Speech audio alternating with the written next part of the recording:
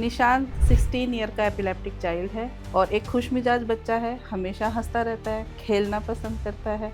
बीमारी उसकी 6 महीने का था तब से उसको फिट्स आने शुरू हुए। स्टेटअप एपिलेप्टिकस जो कि एपिलेप्सी का मोस्ट सीवियर फॉर्म है वो उसको था, वहाँ से वो लौटा। धीरे धीरे उसके फिट्स कम हुए, धीरे धीरे उसका ड्यूरेशन कम हुआ।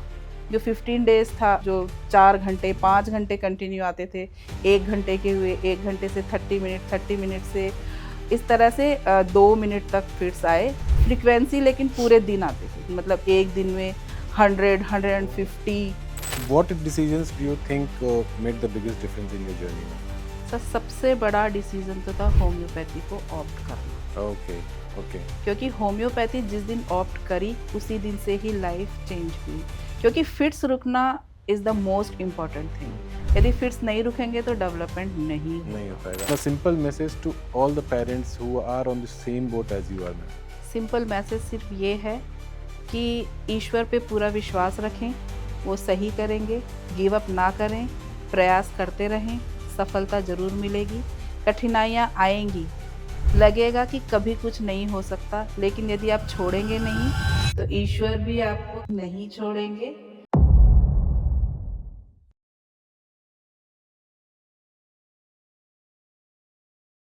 Namaskar, my name is Vikas and I'm going to be a host for the 4th podcast from Team Special Stories. First of all, let me thanks all our viewers who have liked our content so far. They have already subscribed to our channel and given us a lot of feedbacks that has always kept us motivated to keep coming with more and more informative content for you. But those viewers who are watching us for the first time, my request would be to kindly subscribe to our channel so that you get notified of whenever we come up with something new for you. And also, those viewers who have missed out on all our previous podcasts can refer to the link provided alongside this video in the comment section, and you can go and watch all our previous podcasts that has been put by Special Stories team in the last 1 month. In the first 3 podcasts, we have done a in-depth coverage of the 3 important functions which are part of any individualized education program, which is IEP for children who are suffering from neurological development disorders, which are speech and language therapy, occupational therapy, and special education. And for that, we have also invited experts to come here, be part of the podcast, and talk about those specific functions. But we believe that it is also equally important to talk about success stories of parents who never lost their hopes, and never gave up. Success stories of parents who have made sacrifices and choose to fulfill their commitment towards their child for their betterment over their personal aspirations. Success stories of parents who fought against all odds to give a new life to their children. So we at Special Stories, we are proud to have them on board to talk about their success stories here, and we really appreciate their commitment, their grit towards anything that is related to the child's betterment. One such success story is of Nishant and his mother, Mrs. Monica Goyal, and we are honored to have them here to talk about their success story today. Ma'am, welcome to our podcast today, and thanks for being part of this podcast. We also believe that no transformation is complete without external support and guidance, and especially while we are dealing with neurodivergent kids. And in case of Mrs. Monica and Nishant, that external guide and mentor has been Mrs. Anju Rani. And ma'am, welcome to our podcast. We are truly lucky to have you here. Now, talking about Mrs. Monica Goyal, she is a PhD in chemistry, and she also has worked as a scientist at prestigious DRDO. But she chose to quit her job so that she can fully commit herself towards betterment of a child. So, ma'am, hats off to you for your commitment and your sacrifice. And talking about Anju ma'am, she is a special educator, a social worker, and a speech and language therapist by profession. And she has been working with special needs children for past 14 years. Our objective for today's podcast is slightly different. Today, it is mostly going to be around experience sharing. It will be about a mother's journey and struggle with her special child suffering from epilepsy. It will be about her courage and grit to win that battle against epilepsy. It will be about her sacrifices, and it will be about her how she got herself towards the path to redemption. And most important, it will also be about how a partnership between a special mother and a therapist can yield the desired result. And hence, the topic for today's podcast is From Breakdown to Breakthrough, the journey of a mother to redemption. So let us discuss about the structure of the session. We have divided our podcast today into 5 sections, starting with introduction and background. Second, we'll go to the second section, which is the roller coaster of life. The roller coaster in the life of Mrs. Monica Goel and her son Nishant. And what were the highs and lows that we are going to hear from Monica ma'am herself. The third is going to be the turning point. What was that particular moment in Monica ma'am's life after which there was no looking back, and after which she realized that this is the moment for me and I can change whatever has been planned for my son. Fourth is going to be the path to resurgence, which will be mostly around how Anju ma'am took care of Nishant's well-being, how she planned out the things, what all things worked for Nishant from her perspective, and what all things didn't work.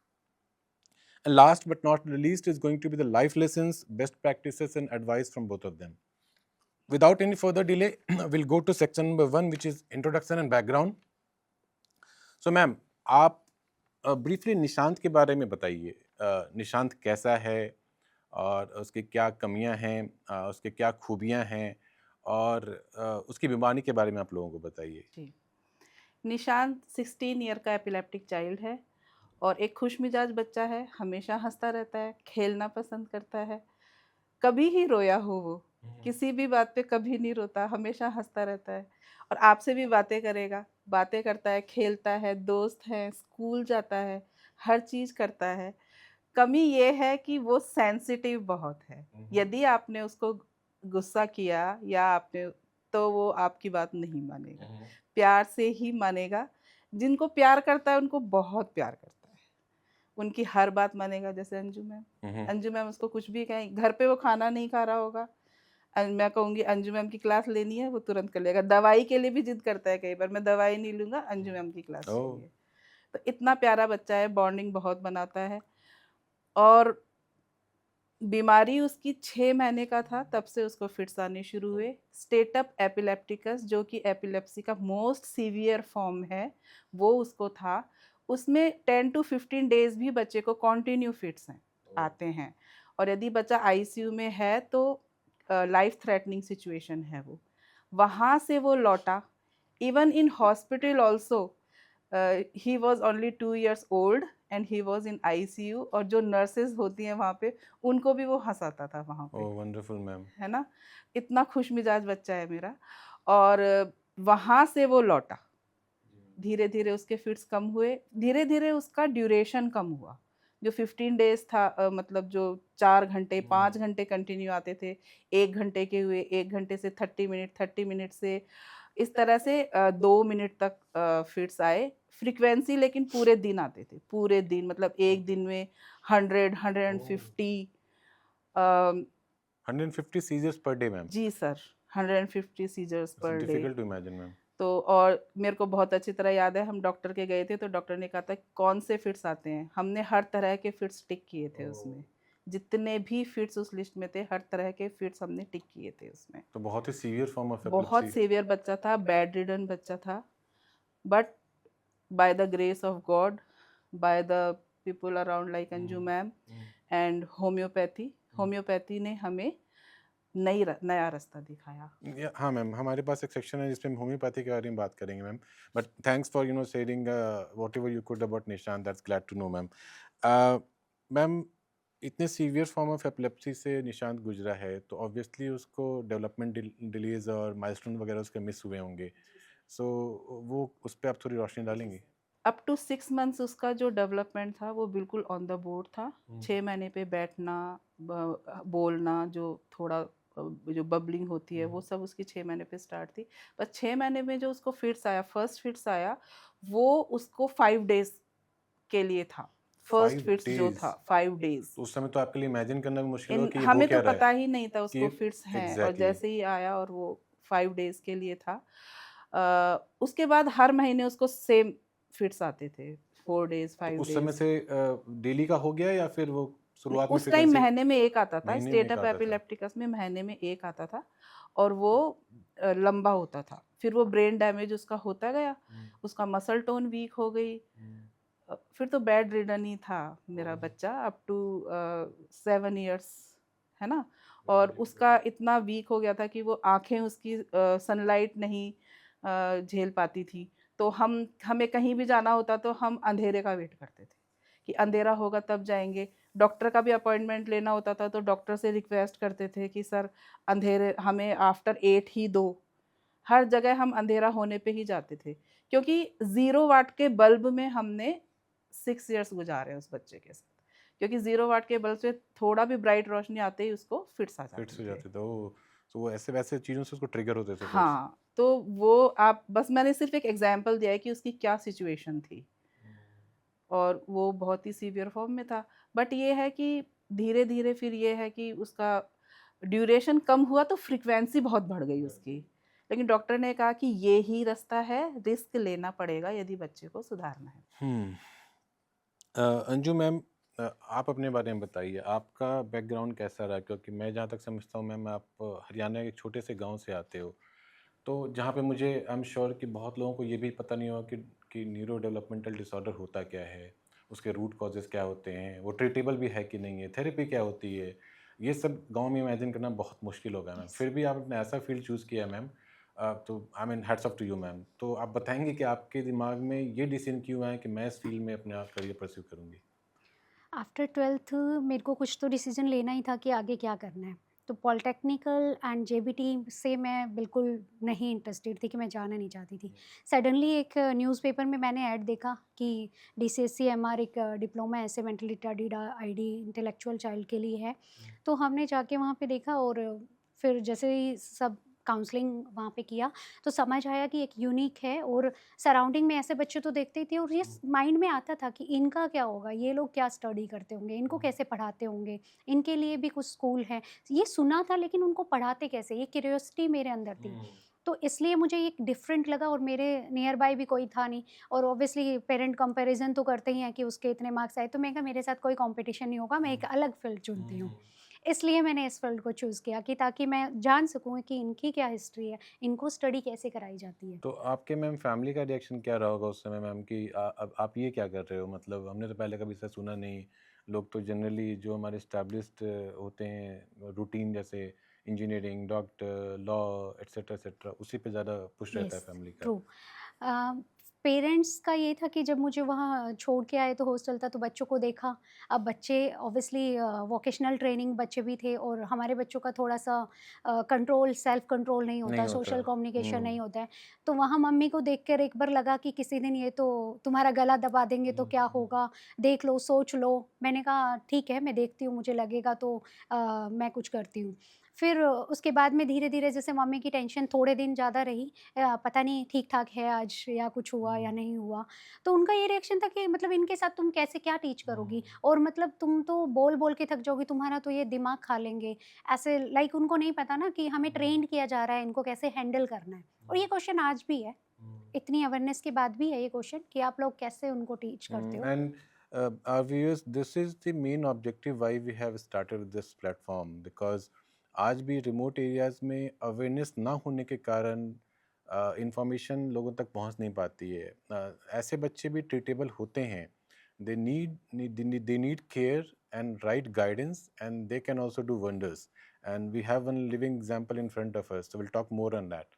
अच्छा ma'am, तो फिर now since you have spent 14 years, आपने 14 years इस field में बिता लिए हैं, so how do you look your journey now? I mean, whatever you have traveled in last 14 years, आपको अब कैसा लगता है कि have you been able to convince your parents that you have done or achieved something in your life, and they also feel proud of you now? Yes. क्योंकि जब 2011 से मैंने जर्नी स्टार्ट की थी, तब as a student, as a beginner मेरे को भी बहुत सारी चीज़ें लर्न करनी थी। आज जब मैं देखती हूँ अपने आप को यहाँ पे कि मैं पेरेंट्स को देखती हूँ सक्सेस पाते हुए, सेटिस्फाई होते हुए, इवन थेरेपिस्ट को भी देखती हूँ कि लाइक हम अंजू मैम के पास जा रहे हैं, हाँ ठीक है, वो कर देंगे, ट्रस्ट है।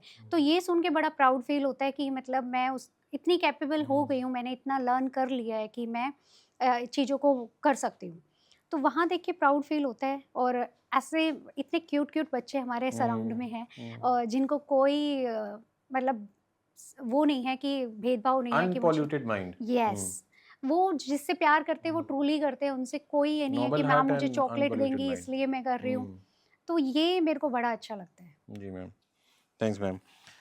With that, we move to section number 2, which is the roller coaster of life. Now, this is going to be very tough for ma'am to speak about.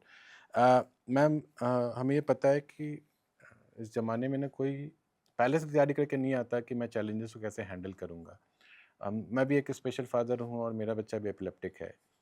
But आपको वो लाइफ जीनी होती है अपने बच्चे के लिए। आप उसी लाइफ से, उसी मोमेंट से सीखते हो, आप उससे लर्न करते हो कि हाँ, इसको कैसे इम्प्रूव किया जा सकता है, बिकॉज आप उसको बाईपास नहीं कर सकते। You have to live with that situation, you have to learn from it and travel through it. तो मैम, मेरा सवाल यहाँ पे ये होगा मैम आपसे कि आप अपनी जर्नी को कैसे देखते हो सिंस द टाइम जब आपको बेटे का डायग्नोसिस पता चला कि इसको एपिलेप्सी है? जी, मुझे बहुत अच्छी तरह याद है, निशु उस टाइम इस तरह से उसको जर्क थे बैकवर्ड। तो उसके लिए 6 मंथ्स का था और मैं डॉक्टर के गई थी तो अलग था, लौटी तो अलग था। डॉक्टर ने बता दिया था कि इसको एपिलेप्सी है, उसको देखते ही बता दिया था। मैम, ये फर्स्ट इंस्टेंस में बता दिया था या फिर? नहीं, फर्स्ट में ही बता दिया था Okay, उसने। मतलब उसने कहा था कि एपिलेप्सी है, क्योंकि आंखें भी ऊपर जा रही थी उसकी, आईज भी रोल ऑन कर रहा था और उस इस समय तक तरह से। एमआरआई वगैरह कुछ नहीं हुआ नहीं, था? कुछ नहीं हुआ ओके। था। फिर डॉक्टर ने टेस्ट लिख दिए थे, उसके बाद फिर एमआरआई, ईईजी सब कुछ हुआ, उसमें एविडेंट हो गया ये। डायग्नोस हुआ, है ना, दवाई शुरू हो गई उसकी। लेकिन दवाई शुरू होने के आफ्टर 10 डेज उसको बड़ा वाला अटैक आया, वो जो 5 डेज तक चला उसका, है ना। तब डॉक्टर ने हमें बताया कि स्टेटस एपिलेप्टिकस है और जब भी अटैक आएगा आपको नहीं पता कि आपका बेटा घर वापस आएगा या नहीं आएगा। और ठीक है, मैं भी मतलब मुझे भी कुछ नहीं पता था, मैंने तो पढ़ाई में ही हमेशा ध्यान रखा, कभी बच्चों को भी नहीं देखा। एक्सेप्ट करना बहुत मुश्किल था, लेकिन ठीक है, एक्सेप्ट। उस टाइम तो ऐसा सिचुएशन ही नहीं था कि एक्सेप्ट करो या ना ऑप्शन करो। नहीं है। उस टाइम तो ये था बच्चे को केयर करना है। पूरे 3 साल तो यही रहा कि हॉस्पिटल में ही रहे हम पूरा, क्योंकि हर महीने अटैक आता था तो 15 डेज रहते थे, 15 डेज घर आते थे, फिर चले जाते थे।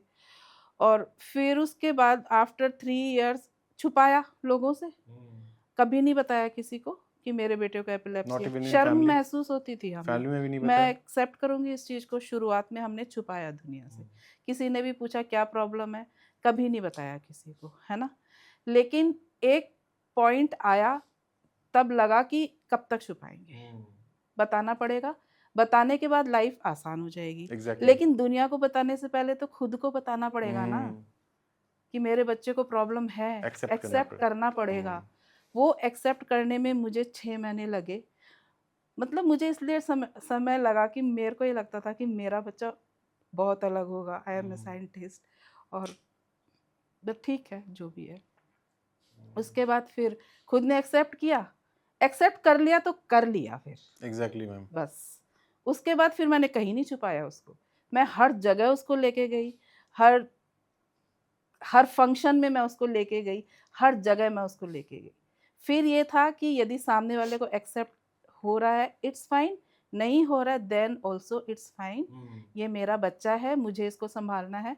उसके बाद एक ही एम था मेरी लाइफ का कि मेरे को इसको खड़ा करना है, बिकॉज जो कमेंट्स थे, खैर छोड़िए वो सब।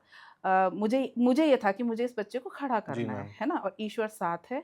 और उसके बाद ये है कि छोटी छोटी चीज़ों पे वर्क किया, कहाँ से फिर से इसको आ रहे हैं, क्यों है, क्या ऑप्शन हो सकते हैं, पूरा रिसर्च किया, खाना पूरा बदला उसका, सब कुछ चेंज किया। और लेकिन कोई फ़र्क नहीं हुआ, कोई फ़र्क नहीं आया। बट ऑप्शन नहीं था ना, फर्क नहीं आया तो भी आपको आपको ट्राई करते ट्राई रहना तो करना है, ही जितने है, ऑप्शंस हो क्योंकि सकते हैं आपका बच्चा है, आपकी रिस्पॉन्सिबिलिटी है। यदि आप नहीं निभाओगे तो कोई निभाएगा? नहीं निभाएगा। सही बात है। इसलिए आपको अपना बच्चा का रिस्पॉन्सिबिलिटी आपको लेना है, कंट्रोल आपके हाथ में होना तो चाहिए। पहले आपने जैसा बताया एक्सेप्ट करना बहुत इम्पोर्टेंट है, एक्सेप्ट करना फिर सबसे अपने बच्चे को इम्पोर्टेंट है। समझना बहुत ज़रूरी है। जी, क्या चीज़ें उसके साथ काम करती हैं, क्या चीज़ हाँ, उसके साथ क्या काम नहीं नहीं करती करती हैं। हैं। आप सारी चीज़ों को जैसा मैम बता रही हैं उनको नोट करना पड़ेगा आपको। हर बच्चा अलग है, हर बच्चा एपिलेप्सी अलग का है। भी हर बच्चा अलग है। जो फिट्स हैं वो हर बच्चे को अलग रीज़न से ट्रिगर होते हैं। जैसे मेरे निशु को मैंने देखा कि जैसे ही उसने ऑरेंज खाया, 5 मिनट में उसके फिट्स ट्रिगर हो ओह! जाते थे। मैं तो पहली बार सुन रहा हूँ मैम कि हाँ, ऑरेंज खाने सर से really I am telling you. मैंने बीपी और टेम्परेचर और ऑक्सीजन लेवल पिछले 13 साल से रोज़ नोट करती हूँ मैं निशु का। और पूरा खाना लिखती हूँ, तो क्योंकि कई दवाइयाँ हैं जिनसे बीपी नीचे जाता है और फिट्स ट्रिगर होते हैं। कई चीज़ें, मतलब निशु बहुत सेंसिटिव बच्चा है ना, तो वो हर चीज़ हटाई है उसके उससे। You are truly a role model ma'am, I So, must and से। I am a chemist also, so I understand physiology and all the reactions of chemicals. So you would have never imagine कि मेरी मेरी मुझे लगता है कि मैंने पढ़ाई हाँ, इसलिए, मेरी लर्निंग जो है इस क्योंकि काम मेरे आएगी। को बच्चा देखना था। बस सबसे पेनफुल था उसको बेड रिडन देखना। मतलब वो हेल्पलेस सिचुएशन होती है ना कि आप कुछ नहीं कर सकते बच्चे के लिए। मैम इस टफ सवाल है बट मैम आपने क्या-क्या कुर्बानियाँ दी है? What were your sacrifices you had to make ma'am? तो सबसे पहले तो मेरी ड्रीम जॉब, जो मेरे पेरेंट्स, मेरे से ज़्यादा मेरे पेरेंट्स ने सैक्रिफाइस किया है उसको, क्योंकि मेरे पेरेंट्स ने मेरी जॉब के लिए बहुत सैक्रिफाइसेस किए। और आज भी वो ज़्यादा दुखी है मेरे जॉब छोड़ने से, है ना? क्योंकि साइंटिस्ट बनना मेरे पूरे गाँव का सपना था सर। क्योंकि मैं 10th में मेरिट लिस्ट में आई थी, तो सबको लगता था कि ये कुछ कुछ करेगी। करेगी। तो 10th क्लास में मेरे को पूरे गाँव ने मिलके ट्यूशन लगाई थी सर, ओह! कि ये मेरिट में आएगी। आप राजस्थान से हो शायद मैम? हाँ, राजस्थान का एक छोटा-सा गाँव है सर, मनोहरपुर, शाहपुरा के पास पड़ता है। जब जाओगे ना आप दिल्ली रोड पे, तो टोल पे ही पड़ेगा वो, बट भगवान ने शायद आपकी है ना? आपकी हाँ, तो वो स्किल को यहाँ यूज़ जॉब करने में छोड़ना बनाना था। पड़ा। सबसे बड़ा सैक्रिफाइस तो सर वो ही है। उसके बाद तो सर छोटे-छोटे सैक्रिफाइस है, सोशल लाइफ सैक्रिफाइस, हर रिश्ता, मतलब किसी भी चीज़ को प्रायोरिटी नहीं थी मेरी लाइफ में, निशु ही था। उसी से रिलेटेड सवाल है मैम कि ऐसे मौक़ों पे फैमिली का सपोर्ट कितना इम्पोर्टेंट होता है? और आपको कितने हद तक फैमिली का सपोर्ट मिला? Who was that support behind you? Family support तो इम्पोर्टेंट है सर, क्योंकि इतना कठिन रास्ता है, आप गिरोगे भी, आप कई बार बिखरोगे भी, और आपको कई बार खुद पे भी डाउट होगा कि ये जो हो रहा है इसका कारण मैं ही हूँ, हुँ। है ना? तो जब आप गिर रहे हो तो एक हाथ चाहिए कि वो आपको उठा ले, है ना? और जो आपको सिर्फ ये कह दे कि नहीं, तू रीज़न नहीं है, तूने अपनी ज़िम्मेदारी निभाई, निभाई है। तू अच्छा कर रही है, बस इतना ही है ना? तो सर फैमिली सपोर्ट तो बहुत ही ज़रूरी है, और फैमिली सपोर्ट सर रहा मेरी लाइफ में। मेरी लाइफ में ऐसे लोग हैं जो मुझे समझते हैं, फै और मुझे हमेशा कहते हैं कि सर एक घटना का ज़िक्र मैं करना जी मैम, चाहूँगी यहाँ बिल्कुल। पे आपसे, हुँ। कि कोरोना के टाइम ना निशु ने यू टर्न ले लिया। यानी निशु सब सही हो गया था, डेवलपमेंट वाइज़ भी बिल्कुल सही हो गया यस। था। फिर कोरोना के टाइम में उसको कोरोना और डेंगू एक साथ हो गया, तो उसको फिट्स वापस आने लग गए, वापस ज़ीरो हो गया वो, है ना? ओह! उस टाइम सर मेरे को अपने पे डाउट था, यानी उस टाइम मेरे को डाउट आ गया कि अब कुछ नहीं हो सकता। अंजू मैम होम सेशन लेने आती थी उस टाइम मेरे घर पे, है ना? कोविड में? After Covid. After Covid, Covid. Okay. उस दिन ना मुझे ये लग रहा था कि अब कुछ नहीं हो सकता, कुछ नहीं कर पाएँगे हम। मैंने अंजू मैम से सिर्फ़ ये बोला कि मैम अब तो कुछ नहीं हो सकता, मतलब जब ये घर से निकलने लगी, डोर पे इन्होंने सिर्फ़ ये इतना कहा, मैम कुछ नहीं होगा, प्लान करेंगे, मेहनत करेंगे, सब हो जाएगा। सिर्फ़ ये 2 लाइन, सिर्फ़ ये 2 and that line changed your life. ने मेरा सिनेरियो चेंज कर दिया सर, हुँ। और सच में कर दिया। आफ्टर 5 इयर्स यदि मैं उस दिन से कंपेयर करूँ निशु को, तो हम वापस आगे आ गए हैं। तो जब आप शैटर्ड हो, जब भी आप बिखर रहे हो, तो किसी का भी एक लाइन आपको खड़ा कर सकती है। वो ही फैमिली सपोर्ट है सर। फैमिली हमेशा ट्रू मैम। सँभालती है। आप अभी अपने निशांत को देखोगे, आप 16 साल का बता रहे हो, how satisfied you are with his progress right now? Sir मैं फुल्ली सेटिस्फाइड हूँ। मैं फुल्ली सेटिस्फाइड इसलिए हूँ सर, यदि आप उसको कंपेयर करोगे ना तो वो पीछे है, बहुत पीछे जी मैम, जी मैम। है ना। बट आप कंपेयर लेकिन करोगे यदि जहाँ था वो, निशांत के पर्सपेक्टिव से देखेंगे ना कि हम्म, उसने कहाँ से शुरू किया, तो आप बहुत फिर वापस सक्सेसफुल बैक हो। हुआ हम्म, और फिर उसने कहा, फिर उसने शुरू किया, उस हिसाब से वो बहुत सही है। अपने सारे काम कर लेता है ना, नहाना तो धोना, इट फॉर यू इट कपड़े वाज पहनना, रीसेट एंड रीट्राई। हाँ सब कर लेता है। और कम्युनिकेशन में भी हम्म नीड बेस्ड कम्युनिकेशन यस है उसका, और कर भी लेगा। यदि आप फोन कोई करेगा उसको तो 2-3 मिनट बाद भी कर हाँ लेगा। आराम से अब तो एकेडमिकली भी पढ़ाई भी करने लगा है, क्योंकि विजुअल परसेप्शन था तो बहुत काम किया है। जो मैं ये भी सर विजुअल देखिए यहाँ पे मैं एक चीज जानकारी के लिए बताना चाहूंगी। जैसे हम लोग क्या एकेडमिक्स पे फोकस जी करते हैं कि मैम। बच्चा पढ़ नहीं रहा। अब हमारा निशु नहीं पढ़ता था तो जबरदस्ती उसको पढ़ ले पढ़ ले पढ़ ले पढ़ ले, लेकिन क्यों नहीं पढ़ रहा, उसका रीजन मैम ने पता लगाया कि इसको विजुअल परसेप्शन डिसऑर्डर है ना। तो फिर उस पे काम किया 3 साल मैम ने। जब वो बेसिक चीज खत्म हुई तो वो पढ़ना शुरू कर दिया उसने, है ना। तो रूट यहाँ कॉज पे हमने पता लगाया, उसको पहले फिक्स किया ताकि फिर आगे हाँ, चीजें हम तो आगे बढ़े। प्रॉब्लम कहाँ है वो जानना जरूरी है।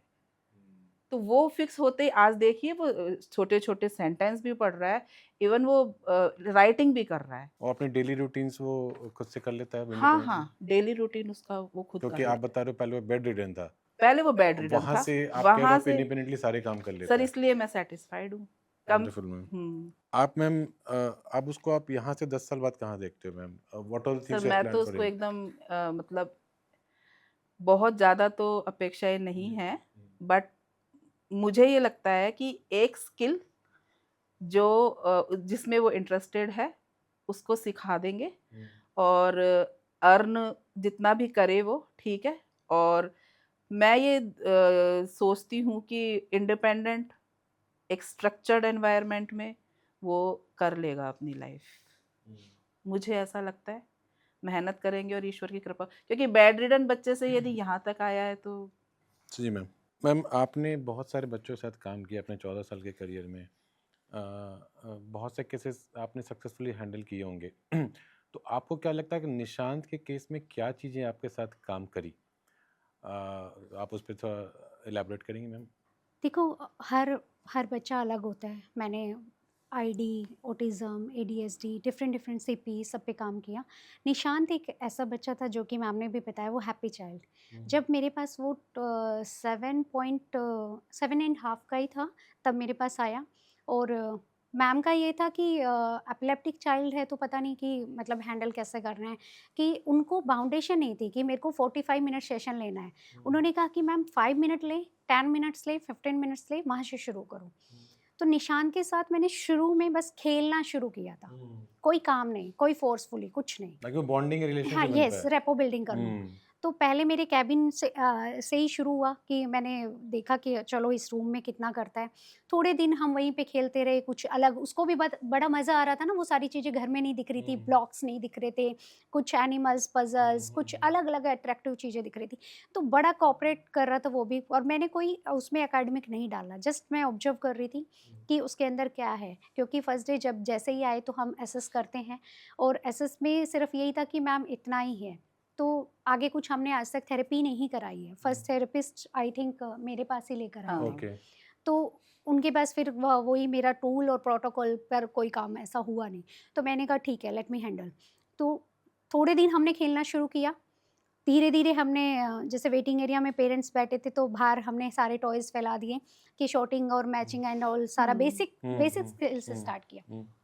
तो निशांत ने किया तो मदर को ये लग रहा था कि ये क्या कर दिया मैम, ये तो नहीं कर पाएगा। बिकॉज़ आपका एपिलेप्टिक सिर्फ आपके ब्रेन को डिमोटिवेट नहीं करता है, वो आपकी स्किल को, लैंग्वेज को, आपके फिजिकल पोस्चर्स तो ये को, सब कुछ यहीं से गवर्न हो हाँ रहा है सब आपका। कुछ। तो निशु का पोस्चर भी उतना अच्छा नहीं था कि वो खुद से मतलब बैठ गया तो उठ जाएगा या वो झुक के चीज़ों को उठा लेगा। तो बहुत सारी चीज़ें थी। तो फिर हमने शुरू किया, उस दिन किया। तो फिर उसके बाद मैंने इनको प्लान दिया आफ्टर 1 मंथ बाद। तो वो बहुत बड़ा प्लान भी नहीं था, बस देखने में एक A4 साइज पे बड़ा लग रहा था, हम्म। बिकॉज हमारा प्लान और TLM क्या यूज़ करेंगे और एग्जाम्पल कि हम इस एक्टिविटी को कैसे सिखाएंगे। तो वो हम पेरेंट्स के देते कि ताकि पेरेंट्स को भी समझ आ जाए कि इसमें क्या किया हुआ है। तो मैंने मैम के साथ देख के डिस्कस किया, तो मैम ने कहा कि ये कौन करेगा? मैंने कहा ये निशांत करेगा। हम्म, तो मुझे क्या करना है? मैंने कहा आपको वही करना है जो मैं कराती जाऊँगी। तो उनको उस दिन डाउट हुआ था, फिर 3 महीने बाद जब वो उस गोल में से अचीव हुआ, उसके बाद फिर थोड़ा उनका डर निकला दैट कि वाज द टर्निंग पॉइंट। ये कर लेगा। आप बोल रहे हो तो ये कर लेगा। तो निशांत को एक प्ले से खिलाया गया और प्रैक्टिकल बच्चा है वो, जैसे थ्योरेटिकल नहीं है कि ये क्या है, ये क्या है। उसको एक्शन बहुत पसंद है। अगर मैं किसी भी एक्शंस के साथ उसको सिखाती हूँ, वो आज भी उस एक्शन को याद रखता है। और उसको जैसे मैम ने बताया डाँट तो आप सकते ही नहीं। तो मैंने एक ट्रिक अपनाई थी कि मैं उसको किसी तरीके से तो हैंडल करना है। तो मैंने जस्ट ऐसे करती थी, निशांत अंजू मैम सैड हो रहे हैं। है, तो लैंग्वेज थी नहीं, तो जस्ट कि है आप सैड नहीं हो। नहीं तो वो ओके, नीचे लेटा होता था। एक्सप्रेशन का तरीका अलग हाँ, था, हाँ, like वो वो नीचे लेटा होता था तो इतना हाइट भी अच्छी खासी है उसकी और मैं बहुत वीक होती थी उस टाइम, छोटी-सी, तो मैं उसे नहीं पुश कर सकती। तो मैं जस्ट ऐसे करती थी, वो तुरंत उठ जाता था। तो ओके। वो ट्रिक आज तक भी काम कर रही है। यही आपकी रेपो बिल्डिंग बहुत जरूरी है मैम, कि Yes, वो आपको सबसे समझे, पहले। आप उसको जी। समझें। सबसे पहले है सर, हम्म, क्योंकि बच्चा किस फेज से आ रहा है और आप आते ही वो कभी सपनों में भी नहीं देखा, ये क्वेश्चनिंग पे क्वेश्चनिंग हम लग गए हैं। बच्चे को उस एनवायरनमेंट से फ्रेंडली ही नहीं किया है, तो वो 2 दिन के बाद बच्चा फ्रस्ट्रेट हो जाएगा, बिहेवियर शो होने लगेंगे कि एक्सप्रेस बच्चा कर नहीं रहा है वो कि इंटरेस्ट मैं नहीं क्यों लेगा। नहीं जाएगा, तो इंटरेस्ट नहीं आएगा। तो मैंने सिर्फ 1 महीने तक उसके साथ बहुत प्ले किया, केवल रेपो बिल्डिंग पे ध्यान रेपो दिया। बिल्डिंग किया। और आपके लिए भी चैलेंजिंग रहा होगा मैम, क्योंकि उस समय those were very early days in your career, yes. मतलब you did not have so much experience at that before time. 10 years। हाँ, तो I mean you were also not very, I am assuming कि you were also not have been so hopeful कि हम क्या करेंगे, कि आगे क्या नहीं करेंगे। तो आई थॉट कि you took that case as a challenge to yourself. Challenge यही था सर कि मैं उसे फोर्स नहीं कर सकती, क्योंकि फिट्स की हिस्ट्री है। करेक्ट करेक्ट सबसे बड़ी करेक्ट। इस सबसे limitation। बड़ा चैलेंज यही था कि मैं उसे किसी भी चीज़ के लिए पुश नहीं पुश कर नहीं कर सकती। सकती थी। तो मैंने डे बाय डे, मेरी भी लर्निंग थी उसके साथ एग्जैक्टली। कि किस तरीके से निशु को हैंडल किया जा सकता है। और आपके पास अब वो कॉन्फिडेंस, जैसे मैम के पास है, आपके पास भी कॉन्फिडेंस आ गया है कि हाँ मैंने जी, ऐसे केस अगर निकाले हैं हाँ जी, सक्सेसफुली, हाँ तो आई जी। Can manage any case now. Yes. That's good thing. बस पैटर्न आपको देखना है कि पैटर्न हर बच्चा, हम एक ही प्रोटोकॉल नहीं फॉलो कर अप्लाई कर सकते सकते ना, हैं, क्योंकि हम आईईपी भी तैयार कस्टम बिल्ट करते आपको तो करना पड़ता है। अलग-अलग आईईपी तैयार करते हैं इंडिविजुअल चाइल्ड के लिए। With that we move to a third section which is the turning point. So ma'am, मुझे ऐसा लगता है कि हम अपनी लाइफ में ना हमेशा एक परफेक्ट टाइम का वेट करते हैं। एक परफेक्ट थेरेपिस्ट मिल जाए, एक परफेक्ट चाइल्ड डेवलपमेंट सेंटर मिल जाए, एक परफेक्ट टाइम आ जाए, बट ऐसा कभी होता नहीं है। And we just end up wasting time just for the just in the hope of कि कुछ ऐसा दिन, कोई ऐसा दिन होगा जिस दिन हमारे लिए बहुत अच्छा होगा और हम कुछ कर अचीव कर पाएंगे। आपके लिए वो टर्निंग पॉइंट क्या था मैम, जिसके बाद आपको लगा कि नहीं, यही मेरा समय है, I have to take control of the situation और मैं ही इसको आगे जाने के बाद ड्राइव करने वाली हूँ? So what was that turning moment in your life or turning point in your life? Actually हम बहुत ज़्यादा थेरेपी सेंटर्स पे तो नहीं गए, क्योंकि 7.5 years तक निशु इस सिचुएशन में नहीं था। हमने पहली बार जो थेरेपी सेंटर ज्वाइन किया, वहीं पे हमें अंजू मैम मिल गई थी। बट हमेशा ये रहा कि मुझे डाउट रहा हाँ, कि निशु नहीं कर पाएगा, और हमेशा मैम ने कहा कि ये कर लेगा। कर लेगा। लेकिन ये चीज़ मुझे बहुत जल्दी इनिशियली समझ में आ गई थी कि पेरेंट को काम करना पड़ेगा, करेगा, एग्जैक्टली। क्योंकि थेरेपिस्ट गाइड करेगा। थेरेपिस्ट ने 1 घंटे में बच्चे को सिखा दिया, तो आपको वो चीज़ कंटिन्यू करनी पड़ेगी, बिकॉज कंसिस्टेंसी इज इम्पॉर्टेंट। यदि हम कंटिन्यू नहीं करेंगे तो थेरेपिस्ट का टाइम रिपीटेशन में वेस्ट होगा। करेक्ट। तो इट्स बेटर कि थेरेपिस्ट कंसेप्ट सिखाए और आप उसको कंटिन्यू करो, ताकि जब आप सेकंड क्लास में जाओ तो थेरेपिस्ट नई चीज़ नई सिखाए। चीज लाएं। सिर्फ इतना ही मुझे समझ में आया सर। और उसके थ्रू आप मैम, थेरेपिस्ट पे भी प्रेशर बनता होगा ना कि अभी हमने कुछ नया करना है, अदरवाइज वो भी अगले दिन वही चीज़ कराते रह जाएंगे, तो उनका इंटरेस्ट भी थोड़ा कम होता चला जाएगा। But the moment she realises कि नहीं, हमारे पेरेंट भी इक्वली कंट्रीब्यूट कर रहे हैं towards the betterment of the child, she would prefer more, I mean she would put more effort in the I mean whatever she's doing with your child, right? हाँ। Okay ma'am. Ma'am, what decisions do you think made the biggest difference in your journey, ma'am? Sir सबसे बड़ा decision तो था homeopathy को opt करना, okay okay क्योंकि homeopathy जिस दिन ऑप्ट करी उसी दिन से ही लाइफ चेंज हुई, क्योंकि फिट्स रुकना is the most important thing. यदि फिट्स नहीं रुकेंगे तो डेवलपमेंट नहीं नहीं हो होगा, पाएगा। हाँ है मतलब ना। आप कितना भी ट्राई कर लो, अगर फिट्स आ रहे हैं वो वापस उसी शेप में जी, चला जाएगा। क्योंकि मैंने तो देखा ना अपने बच्चे को, कोरोना के टाइम वो 0 पे आ गया क्योंकि उसको फिट्स आने शुरू हो गए थे, है ना। तो फिट्स आएंगे तो डेवलपमेंट नहीं होगा, इसलिए फिट्स रुकना सबसे ज़्यादा ज़रूरी है ना। तो पहला डिसीजन तो वो था, ठीक है। अब फिट्स रुक गए उसके, फिर उसके बाद था सेकंड जो जर्नी थी वो थी डेवलपमेंटल फेज, है ना। वहाँ पे हमारी लाइफ का टर्निंग पॉइंट था अंजू मैम का मिलना, क्योंकि जिस दिन अंजू मैम ने जिस तरह, बहुत थेरेपिस्ट से मिली सर मैं, ऐसा नहीं है, अंजू मैम ने जिस तरह से निशांत को समझा ना, उस तरह से किसी ने नहीं समझा। और सबसे बड़ी बात, एक थेरेपिस्ट यदि मदर के ओपिनियन को कंसीडर करता है तो that is always beneficial for the child, कि थेरेपिस्ट हमेशा सुने कि क्या प्रॉब्लम है, किस तरह से Correct. हैंडल करना है।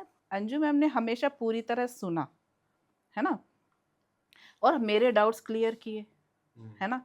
यदि हमेशा बच्चे को आगे ले जाने की कोशिश करी, तो ऑब्वियसली पिछले 10 साल से सर हम अंजू मैम के साथ हैं। तो मैम ने कभी डाउट नहीं रखा आपके मन में? डाउट आता भी होगा हाँ, कभी मेरे कभी? मन में तो आज भी आता है आज भी सर। आता था। जैसे मान लो ये प्लान खत्म हो गया, हाँ, next plan ma'am, next worksheet ma'am ने लगाई, हम ऑनलाइन क्लासेस ले रहे हैं। हाँ, एक टर्निंग पॉइंट ये है सर, हमने ऑनलाइन क्लासेस शुरू करी निशु की, ओह ये बहुत बड़ा टर्निंग पॉइंट है निशु की ओके लाइफ में। अच्छा क्यों? क्योंकि ऑफलाइन क्लासेस में क्या होता था, उसकी तबीयत खराब है, सर्दी हो गई, गर्मी हो गई, ओह तो ले जाना मुश्किल मुश्किल होता हो था। जाता था कि तो ब्रेक आ हमने जाता था। ऑनलाइन क्लासेस पे स्विच कर दिया निशांत को, okay and that is the really turning point in his life. That maintain the consistency I would yes, से। अब हम चाहे कहीं जा रहे हैं, नहीं चाहे सर, अंजू मैम जा रही हैं, कुछ भी हो, क्लास हो रही क्लासेस है होती है। तो आपने एक चीज़ बताई, आपने सेकंड लाइन ऑफ ट्रीटमेंट चालू की विच इज़ होम्योपैथी। सेकंड आपको अंजू मैम का मिलना is a turning point, and third is कि आपने ऑनलाइन मोड में स्विच किया। जी। The real reason behind that was कि आप वो कंसिस्टेंसी मेंटेन करना नहीं, चाहते थे, हाँ, ताकि आपके ऐसे केसेस में, आप मैं व्यूअर्स को बता दूं कि आप बच्चे के रूटीन से कभी खिलवाड़ नहीं कर सकते, चाहे वो दवाई का मसला हो, चाहे उसके डोसेज का मसला हो, या थेरेपी का मसला हो। मतलब अगर आपने एक भी दिन मिस कर दिया, मतलब वो 5 क्लासेस पीछे चला हाँ जाएगा। जी सर। तो अब ये है कि ऑनलाइन क्लासेस हम 3 इन अ वीक भी ले सकते हैं, हम्म तो वो था सर। ओके मैम, आपका मोटिवेशन का सोर्स क्या है ma'am? What keeps you motivated? Sir मेरे मोटिवेशन का सोर्स तो बच्चा ही है। वो तो आपको पता है कोरोना में जब वो 0 हो गया था ना, तो हमें नहीं लगता था कि ये क्लास ले पाएगा, है ना। अंजू मैम मुझसे मिलने आई कि बीमार है, वो अपना टेबल कॉपी सब लेके बैठ गया कि मेरी क्लास ले लो, कि क्लास Okay. करो। है ना। और ली उसने ओह, पूरा 1.5 आवर उसने अंजू मैम की क्लास ली, तब हमें लगा कि ये कर सकता है, तो हमने उसकी क्लास फिर से शुरू कर दी। वो मेरे साथ भी यही करता है। तो पहला तो वही है सर, है ना। और दूसरा तो सर मैम ही है, क्योंकि मैं तो सर उस तरह की इंसान हूँ कि बैठ जाती हूँ, फिर मुझे पुश करने वाला कोई चाहिए कि लगो काम पे। वो गार्जियन एंजल तो की मैम तरह। वर्कशीट भेजती हैं, हाँ।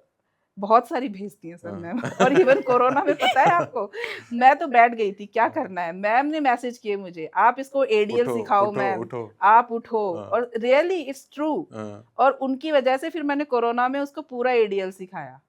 मतलब मैं तो क्या कर सकते हैं, बैठे हैं। कोविड भी एक टर्निंग पॉइंट ये हाँ। था कि हमें लगता था उसे चीज़ें आती है, बट उन्होंने जब चेक किया और मुझे कॉल करने शुरू किए, क्योंकि मेरे भी कुछ ऑनलाइन सेशंस रहते थे, बस तब मैं निपिड में थी, तो उसके बाद में हम लोग लगे रहते थे, क्योंकि किसी के पास कोई काम नहीं है, कहीं जाना है। तो उन्होंने, मैम इसको तो ये भी नहीं आ रहा है, इसने तो ये भी रट लिया है, अब क्या करें? तो देन फिर मैंने बोला कि लॉकडाउन आपके लिए एक गोल्डन अपॉर्चुनिटी की तरह लो। घर में कोई आएगा नहीं, लॉक किया, हाँ। Exactly. दिख Your रहा है घर, does all not time matter, belong to your son. बर्तन जूठे हैं कोई बात नहीं, पर इसको आप अब इंडिपेंडेंट बनाओ। हाँ। एडीएल स्किल वेरी इंपॉर्टेंट, उसको अपने आप अपने कपड़े चूज करने दो, क्या पहनना है, वेदर कैसा है, दोनों मिक्स करके रखो, वेदर के अकॉर्डिंग चूज करेगा कि नहीं करेगा, खाना अपना क्या लेना है उससे।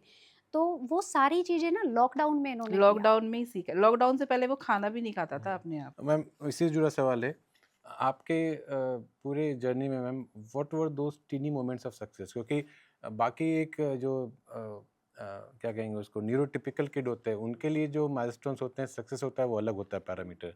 बट हमारे जैसे पेरेंट्स के लिए जो सक्सेस का पैरामीटर होता है वो अलग होता है। तो हाँ, आपके लिए मैं छोटी, बताती हूँ हाँ, आपको। छोटी-छोटी वो मतलब 3 मोमेंट हैं जो मुझे याद हैं, हुँ, है ना? बिल्कुल नहीं बोलता था, क्या हुँ, चाहिए उसको कुछ पता ही नहीं था, हुँ, है ना? जब 2 साल का था ना, हुँ। तब उसने नमकीन देख के बोला, "खाए, ओह! खाए।" ओह! है ना? तो उस टाइम तक मुझे था क्या नहीं बोलेगा, हुँ। इवन डॉक्टर भी नहीं बोलेगा, नहीं बोलेगा, मतलब यही बहुत सुन रहे थे हम होपफुल नहीं थे हर वो भी, जगह से, हाँ। है ना? तो खाए उसने बोला उस टाइम, तो फिर मुझे लगा कि हाँ, नहीं बोल सकता है। हुँ, उसके बाद क्या हुआ कि हम पढ़ेगा या नहीं पढ़ेगा, हुँ, है ना? तो क्या होता था कि अब क्या करेंगे पूरे बच्चे के साथ बैठे हैं, है ना? तो मैं फिंगर दिखा के उसको कहती थी 1 2 3 4 हुँ, 1 2 3 4 सालों तक किया हमने, हुँ, पता है? सालों तक। हुँ, और एक मैं उसको सिखाती थी गरम-गरम चाय, ठंडा-ठंडा जूस। अब एक दिन क्या हुआ कि वो वॉशरूम में था हुँ। और मेरे को गाने की आवाज़ आई। ओह! गरम-गरम चाय, ठंडा-ठंडा juice. Oh! That so was the cute day ma'am. And हाँ। That was the day. हुँ, उस टाइम वो 5 एंड हाफ इयर्स का था। उस दिन मुझे लगा कि नहीं, ये ये बोलेगा। बोलेगा और करेगा भी। हाँ, और उसके बाद क्या हुआ हम सेंटर जाने लग गए हुँ। है ना? तो उसको क्लासिफिकेशन, कैटेगराइज़ेशन पहले प्लान में ही दे दिया था मैडम ने, हुँ। है ना? हुँ, एनिमल और ये वो, तो अब कैसे सिखाऊँ, है ना? बोलता भी नहीं था। तो उसको सिखाया कि जिसके 4 लेग्स और 1 टेल होती है वो एनिमल होते हैं और ओके। जो जिसके चोंच होती है, पंख होते हैं, जो बर्ड। उड़ते हैं हुँ, वो बर्ड होते हुँ, हैं। 10 दिन, 15 दिन, 20 दिन, 25 दिन, कुछ नहीं। उसके बाद फिर मैं भी मतलब है ना बोलती रहती थी, हुँ। "निशु 4 लेग्स होते हैं, 1 टेल होती है।" वो बोलता है, "एनिमल होते हैं।" हाँ। ओह! मैंने कहा पता है तुमको, है ना? हुँ, हुँ, तुम बताते नहीं हो। हुँ, उसके बाद फिर मैंने उसको पुश करना शुरू किया। हुँ, मैंने कहा बता। हुँ। उसके बाद धीरे-धीरे, धीरे-धीरे, धीरे-धीरे उसने ना बताना शुरू किया तो पता लगा कि नहीं वो कर सकता है। And the third moment ma'am, आपने वो ज़िक्र किया कि it was the third moment, first तो वो खाए, हाँ, सेकंड वो ठंडा-ठंडा पानी। गरम-गरम चाय और हाँ, थर्ड इज़ दिस। तो ओके, मुझे लगा पढ़ भी लेगा। ग्रेट बस ma'am. These are the 3 moments. So ma'am आप निशांत को कब से जानते हो एंड आप उसके ट्रांसफॉर्मेशन को कैसे डिस्क्राइब करना चाहोगे? क्योंकि वो तो मदर हैं, बट आपने एज़ एन एक्सटर्नल आकर के उनकी लाइफ में एज़ अ कैटलिस्ट की तरह काम किया मेरे हिसाब से। तो आप निशांत को कैसे देखते थे पहले, अब कैसे देखते हो? आप उसकी जर्नी को आप अपने आईने से कैसे बता सकते हो? मैं निशांत को आई थिंक 2018 से 18-17 से जानते हैं। 17 से मैम, 17 9 इयर्स जुलाई हो गए। 2017, मैम को ओके। डेट भी याद है। हाँ। 26 जुलाई, 10 ओह जुलाई, मैम! उसी दिन she centre deserve join to किया बी था अ हमने। Scientist at DRDO. हाँ। तो उस दिन से मतलब मैं आज जो देखती हूँ, वो एक दिन में चुटकी बजा के मैजिक तो नहीं हुआ, हुँ, लेकिन उसमें बहुत चेंज आया, जैसे कि अभी मैम ने बता भी दिया है। हुँ, तो जब मेरे पास आया था, हुँ, वो एक 2 वर्ड्स के साथ हार्डली हुँ, बच्चा था, हुँ, तो धीरे-धीरे, धीरे-धीरे उसने हर डे बाय डे बस मुझे एक मोमेंट उसका सबसे बेस्ट जो मिला था, वो सोशली था। हुँ। हर किसी के साथ इंट्रोड्यूस हाँ, करने मैम में ने वॉकिंग बताया, टॉकिंग राइट। हमने थेरेपी जैसे हुँ, यूज़ किया। वो एक सोशल बच्चा था, हर हुँ, किसी के साथ ऑटो वाले से लेकर जैसे हुँ। हमारे प्लान में फिर बेसिक हमने कवर किया, नेक्स्ट आगे जैसे हम ग्रो करते गए, तो हमने उसको जर्नलाइज़ेशन अब सबसे इम्पोर्टेंट पार्ट है हमारी जो भी गोल हम चूज़ करते हैं, उसका सबसे इम्पोर्टेंट पार्ट है कि आपका गोल जो है जर्नलाइज़ेशन आपको कराना मोस्ट इम्पोर्टेंट है। अगर वो बच्चे को आ गया, तो वो गोल बच्चे ने अचीव कर लिया। हुँ, अब जो हमारे क्वेश्चनिंग है व्हाट, वेयर, हू क्वेश्चंस, हुँ, तो वो हमने कार्ड्स पे तो सिखा दिए। अब उसके बाद तो निशांत की जर्नी आगे टेलर के पास, बार्बर के पास कहीं रही नहीं है। हुँ, हुँ, तो हमने क्या किया कि हम टेलर ढूँढा, शॉप हुँ। पे गए, हुँ। वेजिटेबल वाले भैया पे गए, ओह! रेस्टोरेंट हम गए। हुँ, हमने सारा पहले घर पे हुँ। सेम किया हमने। ये जो भी ग्रोसरी आती थी, जिस दिन आती थी मैंने कहा मैं सारी ग्रोसरी टेबल पे रख देना। आप बन लेना दुकानदार या मैं बन लूँगी। तो हाँ। वो कहते थे शॉपकीपर मैं बन जाऊँगी, आप अपने बच्चे को हैंडल हुँ, करो। तो हमने वो घर से शुरू किया, कितने का है, कैसे है? इवन वो अभी भी जाता है तो कितने हुए? वो ओह! एक साथ में ऐड कर देता है, हुँ, हुँ, कितने रुपए हुए? हुँ, तो वहाँ से शुरू करके फिर हम बाहर निकले। हुँ। हमने अब आपको सारे लोग तो कोऑपरेट करेंगे नहीं सही बात है। क्योंकि शॉपकीपर कोई बिज़ी है या कोई किसी का मूड कैसा है। हुँ, तो हमने ढूँढा कि जो हमारे साथ कोऑपरेट कर रहा है अच्छे हुँ। से, हमने वही रिपीट किए।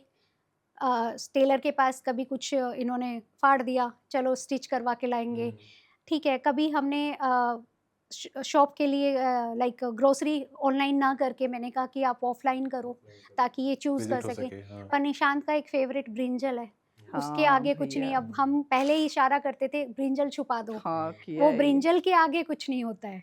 वहाँ ब्रिंजल दिख गया तो बस ब्रिंजल की सब्जी बनेगी, वही लेना है। तो वहाँ से शुरू हुआ, फिर देन हमने रेस्टोरेंट का भी किया। हमने मेन्यू बनाया लाइक घर पे ही। उनको हम ऑर्डर देते थे कि आप किचन से क्या-क्या बन सकता है, वही हमने प्रिंट करके चिपकाए हुए। फिर हम रेस्टोरेंट भी गए, तो वहाँ पे जाके उसने ऑर्डर किया, उसे चाय बहुत पसंद है, चाय लाना। तो लिटरली उन लोगों ने भी कोऑपरेट किया, चाय उनकी नहीं थी लेकिन बच्चे के लिए उन्होंने चाय पापड़ हमें दिए। तो हमने जो प्लान है उसको एग्जीक्यूट किया और प्रोटोकॉल को भी फॉलो किया, बट कुछ चीज़ें हमारे बच्चे प्रोटोकॉल के अकॉर्डिंग नहीं चलते हैं। कुछ बच्चों को लाउडर साउंड पसंद होती है, तो हमारे प्रोटोकॉल में है कि कामिंग सूदिंग म्यूजिक चलाओ आप। उसको लाइटिंग से प्रॉब्लम है तो हमने फिर काम डल इससे लाइटिंग रिलेटेड को मेरा किया। सवाल था मैम कि आपने कुछ प्लान बनाया होगा, हाँ जी। हर एक बच्चे के साथ बनाते हैं, तो और मोस्ट ऑफ द टाइम्स या सम टाइम्स आपके प्लान के अकॉर्डिंग चीज़ें नहीं जाती हैं, तो आपने फिर निशांत के हिसाब से उन प्लान को कैसे कस्टमाइज़ किया? मतलब आपका अप्रोच उसमें क्या रहा था? पहले जैसे आपने बताया कि मैंने पहले रेपो बिल्डिंग पे ध्यान दिया, यस।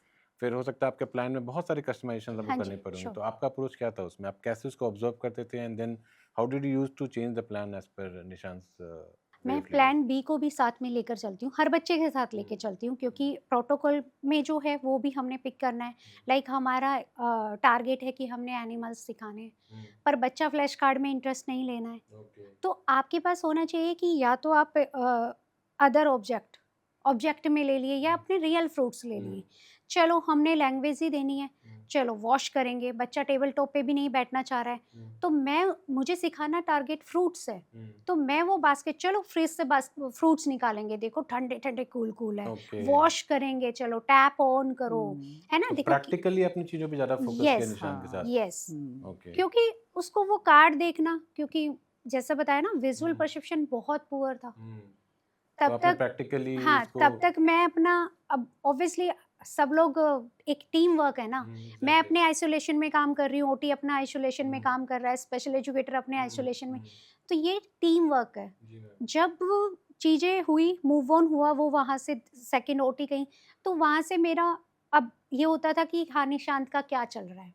आप क्या-क्या प्लान ले रहे हो? अच्छा, मुझे ये प्रॉब्लम आ रही है, तो मैं इसे कैसे कर सकती हूँ?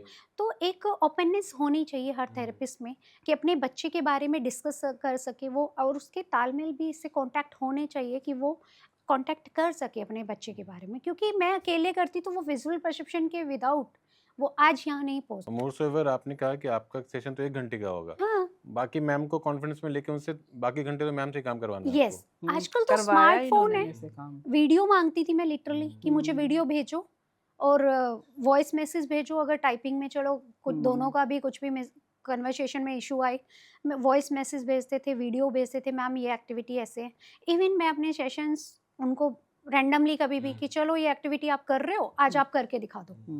तो वहाँ से ये पेरेंट को भी ट्रेन किया, क्योंकि पेरेंट एक पेरेंट ही नहीं है, वो को-थेरेपिस्ट भी है। आप अगर 1 घंटा काम कर रहे हो तो 23 आवर्स वो भी काम कर रहे हैं ना। निशु का स्लीपिंग साइकिल है, ऐसा है कि वो कोई टाइमिंग नहीं है, तो रात को अगर 4 घंटे हैं तो वो क्या करा सकते हैं, उन्हें पता होना चाहिए। तो निशांत के साथ ऐसे प्लान बी भी रखा मैंने कि एक्शन एक्टिविटी उसे बड़ी पसंद थी। लाइक मुझे अभी भी याद है कि जहाँ सेंटर आता था तो थिंग्स गोज़ टुगेदर सिखा रही थी। तो बहुत सारी चीज़ें थी कि हमने गार्ड से चाबी ली कि चलो भई की से क्या करते क्या हैं, करते तो हैं? चलो ताला आप खोलते खोलो, हैं। आपकी फाइन मोटर भी होगा, आपका विजुअल परसेप्शन भी होगा और मेरा लैंग्वेज भी होगा। तो ऐसा उसके साथ प्रैक्टिकल वर्क बहुत रखा। और उसका एक रेनफोर्सर था केचअप, ओह! सॉस। हाँ, अच्छा। सॉस की बॉटल। सॉस की ओह! बॉटल। तो वहाँ किचन होती थी, उसे वॉशरूम जाना है, नहीं जाना है, वॉशरूम जाना है। फिर वो केचअप पे टूट पड़ता था दूर से ही। तो वो दीदी को भी समझ आने लग गया निशांत आ रहा तो मैं केचअप छुपा दूँ। तो उस केचअप को मैंने अपना रेनफोर्सर बनाया, आप ये कर लोगे तो हम केचअप दे देंगे। एक कैरेट एंड स्टिक करके फॉर्मूला होता है ma'am, right? You so the carrot and then हाँ, make the child work. Yes, you yes. Are right. Okay, right ma'am. Ma'am इसी से ma'am I know we have spoken lot about this ma'am, but आपकी नज़र में और आपकी नज़र में, दोनों की नज़र में ये बॉन्डिंग जो होती है एक पेरेंट और थेरेपिस्ट की कितनी इंपॉर्टेंट है? आपके केस में it worked, but to the larger people how would you like to communicate it to them कि it's most important part of any therapy और व्हाटएवर यू प्लान? मतलब एक स्पेशल चाइल्ड की जर्नी में most important part है parent और therapist का rapport collaboration, आप कुछ भी कह सकते हो। और मुझे ऐसा लगता है कि वो इमोशनल लेवल पे होना बहुत ज़रूरी है।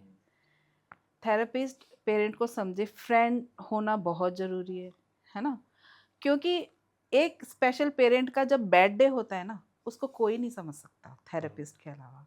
तो वो रिलेशन ऐसा होना चाहिए कि मैं फ़ोन उठाऊं बिना ये सोचे कि अंजू मैम क्या कर रही होंगी, और अंजू मैम को बताऊं मैम मैं ये फील कर रही हूँ, बताओ मैं क्या करूं, मैं हैंडल ही नहीं कर पा रही हूँ खुद को, है ना? तो शी विल हैंडल मी ना। तो that trust should be there. Even आज यदि मैं बात करूँ ना, तो यदि मुझे ऐसा लगता है कि मान लो मुझे कुछ कहीं भी जाना है या कुछ है, तो मेरे को अंजू मैम पे इतना भरोसा है कि मैं अंजू मैम के साथ विदाउट वन थिंकिंग मैं निशु को छोड़ सकती हूँ। So तो that level of that trust was trust built should be up. There, और वो है। और आपकी नज़र में मैम आप क्या सोचते हो इस पार्टनरशिप के बारे में? सर ये पार्टनरशिप हम दोनों मिले किस लिए? बच्चा हमारा है यहाँ पे। So you both had a common cause. Yes, तो बच्चा इम्पोर्टेंट, हम बच्चे के लिए दोनों थेरेपिस्ट और पेरेंट्स का मिलना हुआ। अगर हम दोनों की बॉन्डिंग इतनी अच्छी है कि तो वो वर्क कहाँ कर रही है? बच्चे पे कर रही है। हम किस लिए मिले हैं? बच्चे के ग्रो करने के लिए। तो अगर हमारा दोनों का इतना कॉन्टैक्ट है कि मैंने कोई काम दिया है और वो वहाँ से वीडियो भेज रहे हैं, तो मेरा ये हो गया कि हाँ, इस गोल को अब हो गया, अब नेक्स्ट प्लान मैं कर सकती हूँ। इसको मैं इस तरीके से चेक कर लेती हूँ कि बच्चे ने लर्न किया कॉग्निटिवली या फिर रॉट मेमोरी में गया है। तो वो मुझे ट्रस्ट तभी आएगा जब पेरेंट्स ने बोला हाँ जी मैंने किया है। और एक होता है कि हाँ जी मैम कर दिया, लेकिन वो थेरेपी में दिख जाता है कि बच्चे के साथ काम नहीं हुआ है। तो वहाँ से ज़रूरी है कि फ्लेक्सिबिलिटी और कॉन्टैक्ट जी एकदम ma'am, so communication. Viewers the main thing here is कि as per Monica ma'am also and as per Anju ma'am की ये बॉन्डिंग जो होनी चाहिए ना, that is because they both are working for a common cause and that is for the betterment of the child. So it is very important that first rapport building with the child, and second the partnership that has to work between the parent and the therapist. तभी जाके हमको success हासिल कर पाएंगे, otherwise तो 1 घंटे के session में वैसे भी कुछ नहीं होना है. और अगर दोनों साइलों में जाके काम करेंगे, बीट द पेरेंट और द थेरेपिस्ट, तो वैसे भी बच्चे के लिए वो फ्रूटफुल नहीं होगा. So it's very very important and thanks for saying that ma'am. अच्छा, with that we move to section number 5, which is about life lessons, best practices and advices. Okay ma'am, so ma'am आपको इस experience ने as a person कितना change किया है? Sir इस experience ने as a person मुझे बहुत चेंज किया है। सबसे बड़ी बात, मुझे ईश्वर में पूरी आस्था हो गई है, पूरा समर्पण, पूरा विश्वास कि वो सब सही करेंगे। और पेशेंस लेवल, दूसरों के दुख दर्द को समझना, ये सब बहुत चेंज आया है। एम्पैथी आपने यस, डेवलप की है yes sir, and trust towards God. Yes sir. Wonderful ma'am. How do you take care of your own mental and emotional wellbeing ma'am? क्योंकि it's a tough journey, you have lived it with it for 16 years now. Yes sir, depend करता है sir, है ना? यदि stress level कम है तो emotional eating से चल जाता है, और यदि स्ट्रेस ज़्यादा है तो मेरे को शौक है कविताएं लिखने का, ओह वंडरफुल तो मैम. कविताएं लिखना। और स्ट्रेस लेवल और ज़्यादा है तो फिर एक बुक मंगानी पड़ती है सर। एक बुक ऑर्डर करती हूँ, 2 दिन लगते हैं, दिमाग डिस्ट्रैक्ट रहता है, तो टेंशन रीडिंग खत्म हो इज जाती है। Your stress buster, I would say. Yes sir. Wonderful ma'am. और मैम मैं अपने दर्शक को भी बताना चाहूँगा कि जब अपने बच्चे के साथ होते हो ना, क्योंकि मैं जॉब भी करता हूँ मैम, तो ऐसा होता है कि बहुत बार जब बच्चे के साथ होते हो आपके दिमाग में आपका ना बाकी काम चल रहा होता है. वो हमेशा मेरे लिए एटलीस्ट वो हमेशा नेगेटिव रहा है, क्योंकि जब मेरे अपने बच्चे के साथ हूँ और कुछ और चल रहा होता है ना, तो मैं अपना फुल्ली दे नहीं पाता हूँ बच्चे को. वो कमिटेड नहीं रह पाता मैं. तो वो मेरी इफेक्टिवनेस जो है वो घट के 10 से 15% हो जाती है. So my recommendation would be that while you are with your child, be fully committed. Otherwise, the efficiency is going to be, not helping the child. So that would be my recommendation to you, ma'am. A simple message to all the parents who are on the same boat as you are, ma'am. Simple message सिर्फ ये है कि ईश्वर पे पूरा विश्वास रखें, वो सही करेंगे, गिव अप ना करें, प्रयास करते रहें, सफलता ज़रूर मिलेगी। कठिनाइयाँ आएंगी, लगेगा कि कभी कुछ नहीं हो सकता, लेकिन यदि आप छोड़ेंगे नहीं तो ईश्वर भी आपको नहीं छोड़ेंगे और आपको सफलता आप जरूर बच्चे को नहीं दिलाएंगे। छोड़ेंगे, ईश्वर अपना हाथ नहीं छोड़ेंगे। जी, गिव अप नहीं करना है बस। जी मैम, बहुत अच्छा। मैम आपने इसका पहले भी ज़िक्र किया है कि if you talk about epilepsy, हम लोग कुछ भी बच्चे के साथ चेंज करने से पहले हज़ार बार सोचते हैं। क्योंकि कुछ भी अगर हम करेंगे, उसके डेली रूटीन में कुछ चेंज करेंगे, उसके दवाइयों में डोसेज में कुछ चेंज करेंगे, तो उस पे वो नेगेटिवली इम्पैक्ट करेगा और ऑल ऑफ अ सडन आपको पता चलेगा कि एपिलेप्सी सीजर्स के बर्स्ट आ कर। तो ऐसे केसेस में आपने भी बहुत से ऑप्शंस ट्राई किए होंगे, right? So what would be your advice to all parents who are in the same boat as you are in terms of keep the things going and keep the lights on, कि हाँ, आपको try करते रहना चाहिए, बाकी option पे भी काम करते रहना चाहिए। फॉर एग्जांपल आपने बताया मैम कि आपने होम्योपैथी का लाइन चूज़ जी। किया, बट बहुत से ऐसे इंक्लूडिंग मी ऐसे पेरेंट्स होते हैं जो एलोपैथी पे ही कम्प्लीटली विश्वास करते हैं। तो अगर आप विश्वास कर रहे हो और आपको आउटपुट नहीं मिल रहा है, तो आपका मैसेज क्या होगा बाकी लोगों के लिए कि आपको बाकी चीज़ें भी इफ़ेक्टिव हो सकती हैं?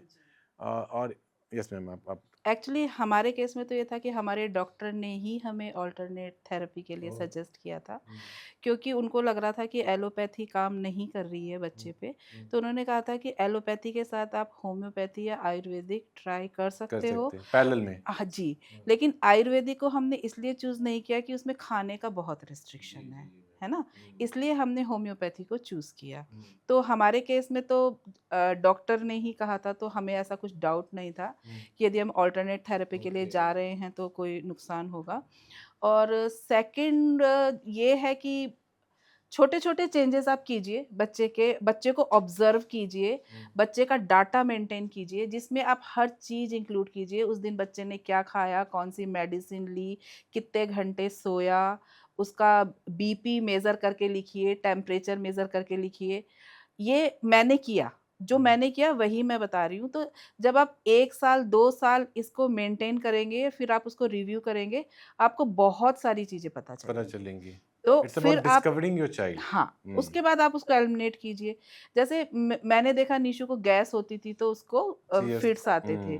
तो फिर मैंने उसको खाना चेंज कर दिया, लौकी उसको डेली देना शुरू किया मैंने, है ना? एक कीटोजेनिक डाइट होती है जो फिट्स को रोकती है, तो आप एकदम प्रॉपर कीटोजेनिक डाइट तो बच्चे को नहीं दे नहीं, सकते। हाँ, बट मतलब मैंने ऐसा किया कि प्रोटीन बढ़ा दिया और कार्बोहाइड्रेट कम बंद किया। नहीं किया, कम कम किया। कर दिया, है ना? इस तरह के चेंजेस किए। ऑयल मैंने ऑलिव ऑयल, मैं निशु के खाने के लिए सिर्फ ऑलिव ऑयल यूज़ करती हूँ। मतलब निशु को मैंने देखा ऑलिव ऑयल जब से मैंने शुरू किया ना, उसके फिट्स में रिडक्शन हुआ और कंसिडरेबली जो बहुत छोटे लोग फिट्स, शुगर की भी बात करते हैं। हाँ, मतलब आई रोलिंग, हेड जर्क, ऐसे ये वाले जो फिट्स थे ना, वो ऑलिव ऑयल शुरू करने के बाद गायब हो गए। कंसिडरेबली रिड्यूस हुए। और बहुत लोग शुगर का भी ज़िक्र करते हैं। शुगर का हाँ, भी शुगर नहीं देते, ब्राउन शुगर देती हूँ मैं व्हाइट उसको। शुगर आप नहीं देते। व्हाइट शुगर मैं बिल्कुल नहीं देती हूँ हुँ। उसको, और हनी देती हूँ, गुड़। व्हाइट शुगर बिल्कुल नहीं हाउ अबाउट देती मिल्क उसको। मैम? मिल्क बिल्कुल नहीं, एक बूंद भी नहीं। And milk dairy milk milk तो प्रोडक्ट्स है आल्सो? ही नहीं, पनीर, दही कुछ नहीं, नेवर। अच्छा, डेयरी प्रोडक्ट कट किए हैं तब से भी उसके फिट्स में बहुत रिडक्शन आया है। ये सब वो जो डाटा मेंटेन किया ना, उसी से ही समझ में आया। फॉर 10 इयर्स हमने तो उसको आपने मेंटेन किया। कस्टमाइज़ उसके फूड को बहुत हद तक कर दिया। आपको पता चला, जैसा आपने बताया, कि क्या चीज़ें उसके साथ काम करती हैं, क्या नहीं करती हैं, और आपने उसके उस चीज़ों से कट कट कट हाँ, कट फिर करते हमने चले 1 गए। हफ्ते तक बंद करके देखा, तो कि हमने काम कर देखा रहा है कि फ़र्क नहीं। है। जैसे फ्रूट्स में वो सिर्फ़ है ना एप्पल खा सकता है, बनाना से भी उसको ट्रिगर होता है। जबकि कीटो में तो आपको खिलाना भी है तो वेइ करके खिलाना होता है, हाँ, कितने तो वो बजे तो आप मेंटेन कर नहीं ही कर नहीं सकते सकते। ना, तो उसको थोड़ा-सा अप्लाई कर दिया, बस यही सब किया मैंने। तो मैं यही चाहूँगी आप लोग भी यही कीजिए। Ma'am, we all know that there will be challenges and adversities in in such kind of journey. So मेरा ये मानना है पर्सनली भी कि every parent has to be and therapist also has to be very patient. क्योंकि आपको immediately result नहीं मिलेगा। आपकी तो जर्नी 16 साल की रही है मैम। तो what would be your message to our audience और व्यूअर्स इन टर्म्स ऑफ कि पेशेंस का कितना बड़ा रोल है इसमें? पेशेंस का ही रोल है, मुझे ऐसा लगता है। पेशेंस का ही रोल है, क्योंकि यदि आप पेशेंस लूज़ करोगे, तो आप फ़ोकस नहीं कर पाओगे। और फ़ोकस रखना ही इम्पोर्टेंट है सबसे ज़्यादा, क्योंकि यदि आप फ़ोकस करोगे तो आपको चीज़ें समझ आएँगी कहाँ प्रॉब्लम है, and that is the important.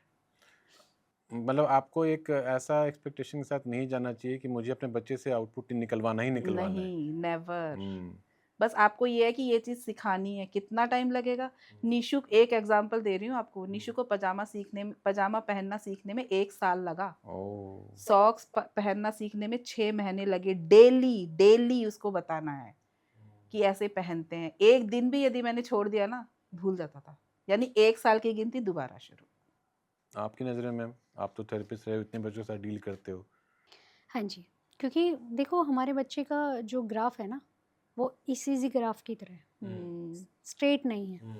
तो आपको अप एंड डाउन आएंगे। यू नो कि आप थेरेपिस्ट हो और आपको पता है कि एक बैरियर्स क्या है साथ में। तो एक फिट्स आया या कोई गैप हुआ या मेडिकल कुछ हुआ, तो वो चीज़ें पीछे चली जाती है। तो आपको पता है कि उस चीज़ पे पेशेंसली ही आप वर्क कर सकते हो, क्योंकि हम फोर्स नहीं कर सकते बच्चे को, क्योंकि बच्चा ये चीज़ें जानबूझ के नहीं कर रहा है, उसके साथ कंडीशन है, वो इसलिए हो रही है। तो पेशेंसली आप अगर कराते हो, आपको ठीक है, आपका एक गोल था 3 मंथ के लिए, कुछ गोल है कि आपने अचीव कर लिए, तो उसको आगे मूव ऑन कर सकते हैं। बट आप प्रेशराइज बच्चे को नहीं कर सकते, स्पेशली जब एपिलेप्टिक चाइल्ड है तो। और आपको तो मैम पेरेंट को भी थोड़ा समझाने की जरूरत पड़ती है, क्योंकि पेरेंट, हमारे से पेरेंट तो बोलेंगे ना कि रिजल्ट नहीं आ रहा है यस, 1 महीने बाद, 2 महीने बाद, 3 महीने बाद, तो आपको तो दोनों को ये कॉन्फिडेंस देना है, आपको बच्चे को भी संभालना है और उनको भी कॉन्फिडेंस देना है। मैं मोनिका जी को एक ही लाइन बोलती थी जब बीच में बहुत सारे आए गैप पे, कभी फिट्स बढ़ गए, कभी कोविड आया, सबसे बड़ा ट्रॉमा वो था कि निशु को कोविड डेंगू सब हुआ साथ में। तो मैं उनको यही कह रही थी कि अगर आप पीछे 7.5 ईयर से देखते हो और आज निशु को देखते हो, तो कहाँ है। बस मैं इतना ही बोलती थी उनको कि चेंज आया ना, मतलब एक क्विक चेंज नहीं है, नहीं है, लेकिन चेंज आया। वो एक वही लाइन उनको फिर, हाँ जी हमेशा मैम, रहेगी ये उनके किया, दिमाग में। ये किया। तो वही लाइन उनको मोटिवेट कर देती थी कि ठीक है, चेंज आ रहा है बट धीरे-धीरे आ रहा है। और ये पेरेंट को समझना ही पड़ेगा, क्योंकि कोई मैजिक नहीं हो सकता। बच्चे को हम आउटपुट दे सकते हैं, बट बच्चे पे डिपेंड कर रहा है कि वो किस तरीके से कितना ले रहा है। ले रहा है। आउटपुट तभी निकलेगा। नहीं, बहुत सारे पेरेंट्स की नहीं कर रहा है, कि नहीं कर रहा है, मैं तो ये भी करा रही हूँ, वो भी करा रही हूँ। पेशेंस तो हमें रखना पड़ेगा। Thank you ma'am. मैम, आपने पहले भी सोसाइटल प्रेशर का जिक्र किया था, तो what is your, in one line, what is your mantra for all the parents who are no still want to overcome the societal pressure, and I should also add social shaming, because that's the fear that goes in our mind. Actually जिस दिन निशु को accept किया, social shaming का जो fair था वो तो खत्म हो गया, चला गया। है ना, कि कौन इसको कैसे लेगा, वो तो लेगा। मैंने सोचना ही छोड़ दिया, है ना। अब ये है कि जो उसको एक्सेप्ट करता है सिर्फ उसको हम कंसीडर करते हैं, जो एक्सेप्ट नहीं करता है उसको हम कंसीडर वो नहीं अपने करते घर को हैं, हम अपने घर क्योंकि को। किसी पे हम प्रेशर नहीं डाल सकते ना। करेक्ट करेक्ट इट्स फाइन करके हम, बस यही है सर। करेक्ट। मैम, हम बहुत बात करते हैं बिल्ड पॉजिटिविटी अराउंड यू, तो बोलना आसान है, बट ऐसे सिचुएशंस में आप अपने अराउंड पॉजिटिविटी कैसे बिल्ड करते हो? सर मैं तो है ना, जब भी नेगेटिव होती हूँ ना, तो मैं तो फ़ोन करती हूँ किसी को भी। मेरी लाइफ में 2 या 3 लोग हैं, ओके। क्योंकि व्हेन यू आर शैटर्ड ना, जब आप परेशान हो, कोई कंधा चाहिए तो होता है आपको। मेडिटेशन या कुछ मेरे तो कभी काम काम नहीं नहीं आया। आया। मेरे को तो वेंट आउट होना ज़रूरी है। मेरी लाइफ में 2-3 लोग हैं, जिनमें से एक ये हैं, 2 और हैं, तो मैं तो किसी को भी फ़ोन लगाती हूँ। उनमें से एक मेरी बहन है, वो विदेश में है, तो वो रात में मेरे काम आती है ना? तो दिन में मैम। दिन में मैम काम आती हैं, हाँ। है ना? तो मुझे वो समस्या नहीं है, मैं किसी भी समय अपना वो, तो मेरा तो वही है सर।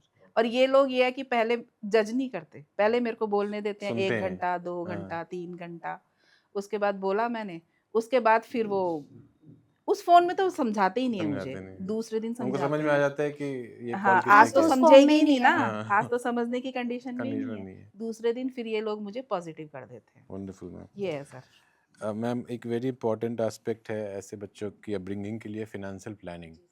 आपकी नज़र में फिनेंशियल प्लानिंग कितनी इंपॉर्टेंट है, और आपने निशांत के लिए किस ढंग की प्लानिंग कर रखी है?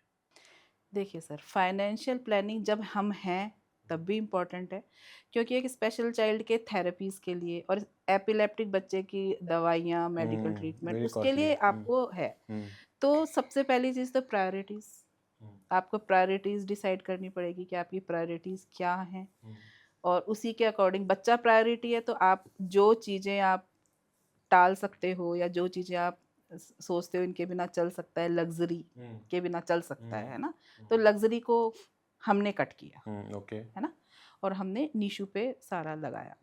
अब फ्यूचर प्लानिंग ये है कि ऑब्वियसली हम तो रहेंगे नहीं हमेशा, तो हमें Nobody क्या is करना eternal. पड़ेगा?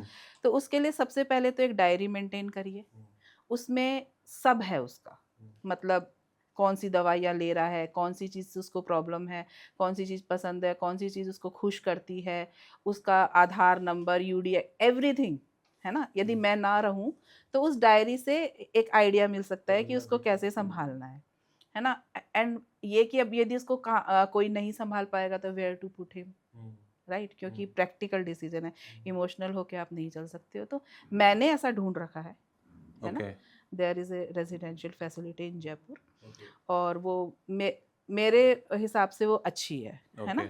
तो और एक अभी तो खैर नहीं बनाया है, बट मेरी ये प्लानिंग है कि मेरा जितना भी होगा I will make a trust, so that उसमें एक अमाउंट जाता रहे and he will be happy there. Hope तो यही है कि वो अपना कर लेगा independent, Exactly. But plan B should Plan B also be there should ना। also be और there. फिर ये है कि जो भी एक रिस्पॉन्सिबल बंदा होगा, हमारी जनरेशन से नहीं, क्योंकि हमारी जनरेशन तो हमारे साथ ही जाएगी, उसकी जनरेशन के जो कजन्स वगैरह हैं, उनमें से जो रिस्पॉन्सिबल बंदा होगा उसको मैं कि भाई रिस्पॉन्सिबिलिटी ले ले उसकी, कि कभी कभी जाके देख आए, या बस इतना ही कर सकते हैं sir. Well said, ma'am. Ma'am आपसे सवाल है इस सेक्शन में आखिरी कि आपके बाकी थेरेपिस्ट के लिए क्या मैसेज होगा जो इस फील्ड में हैं और आगे परस्यू करना चाहते हैं, considering your experience with Nishant, आप लोग क्या सजेस्ट करना चाहोगे? सबसे पहले तो देखो, जो हमारे सबसे पहले बच्चा आता है, असेसमेंट वेरी इंपॉर्टेंट। कई बार पेरेंट डिनाइड कर देते हैं कि असेसमेंट की क्या ज़रूरत है, आप सेशन ले लो। वो बहुत इंपॉर्टेंट है, क्योंकि सिम्टम बेस्ड ट्रीटमेंट आप नहीं कर सकते। एक टाइम पे जाके आप भी स्टेगनेंट हो जाओगे, अब ये सिम्टम है, अब ये सिम्टम है, सिम्टम बेस्ड ट्रीटमेंट नहीं। आप स्टैंडर्डाइज टूल को यूज़ करो, असेसमेंट करो प्रॉपर, बच्चे के गोल बनाओ। ठीक है, प्रोटोकॉल वेरी इंपॉर्टेंट, बट बच्चा प्रोटोकॉल नहीं है। आपका गोल बच्चा है, प्रोटोकॉल नहीं। तो कई बार हमें प्रोटोकॉल से हट के चीज़ें करनी होती है करनी कि पड़ती है। बच्चे के अकॉर्डिंग, कि बच्चे को क्या नीड है। तो हमें फ्लेक्सिबल बनना पड़ेगा, ताकि हम गोल को अचीव कर सकें, बच्चे में इम्प्रूवमेंट ला सकें। और टूल्स पे फोकस करना होगा कि आप एक हायरार्की से चले, कि अब ये नहीं कि चलो आज ये करा दिया, कल मैं ये करा दूँ, ऐसे नहीं। वो फिर आपका प्लान नहीं होगा तो आप इम्प्रूवमेंट नहीं ला सकोगे, क्योंकि आपको graph, end of the day आपको ग्राफ भी दिखाना होगा कि आपने यहाँ से स्टार्ट किया तो अब इम्प्रूवमेंट यहाँ है, तो वो विजिबल नहीं होगी। तो आपको एक फिक्स एजेंडा और प्लान के साथ नहीं जाना है, यस। हम्म। आपके प्रोटोकॉल के हिसाब से आपको पहला प्लान बनाना है। Yes. If that doesn't work then you have to find a plan which is customisable to that child's need. Yes. तो चाइल्ड के अकॉर्डिंग, क्योंकि बच्चा हमारा इम्पोर्टेंट है, स्टैंडर्डाइज टूल बच्चे के अकॉर्डिंग बने हैं, और हर बच्चे के लिए इंडिविजुअल प्लान बनाना है। ये नहीं कि अच्छा इसमें ये सिम्टम्स दिख रहे हैं, ये दोनों यही fix कॉमन कर है, दो। हम इस पे भी ये चला देते हैं। क्योंकि आईईपी को एक टेलर मेड टेस्ट भी बोला है, क्योंकि हर टेलर एक पीपल के अकॉर्डिंग ड्रेस डिजाइन करता है, उसकी साइज के अकॉर्डिंग। तो हर साइज में हर बच्चा फिट नहीं हो सकता। तो आपको बच्चे की नीड के अकॉर्डिंग प्लान बनाना होगा, ताकि आप सक्सेस कर सकते हैं। और सेकेंडली, पेरेंट्स को शामिल करना अपने प्लान में, इन्वॉल्वमेंट करना वेरी इंपॉर्टेंट। और आप ओपन डोर थेरेपी रखो तो ज़्यादा बेटर है, ताकि पेरेंट्स को समझ आए कि आपने जो दिया है वो टर्म्स ऑफ उनको एग्जीक्यूट क्या करना है। क्योंकि वो अपने तरीके से करते रहेंगे, लेकिन उन्हें पता ही नहीं होगा कि एग्जैक्टली हम किस तरीके से कर सकते हैं। फिर यही कि मैम करता ही नहीं, ये तो फर्स्टेड हो जाता है। अगर बच्चे के लेवल के अकॉर्डिंग हम काम नहीं करेंगे ना, तो बच्चे में वो एंजाइटी आई जाएगी, क्योंकि वो एक्सप्रेस नहीं कर सकता कि मुझे ये समझ नहीं आ रहा, या मैं प्रेशराइज हो रहा हूँ। तो आप सिंपल टू कॉम्प्लेक्स जाए, कॉम्प्लेक्स टू सिंपल नहीं जाए।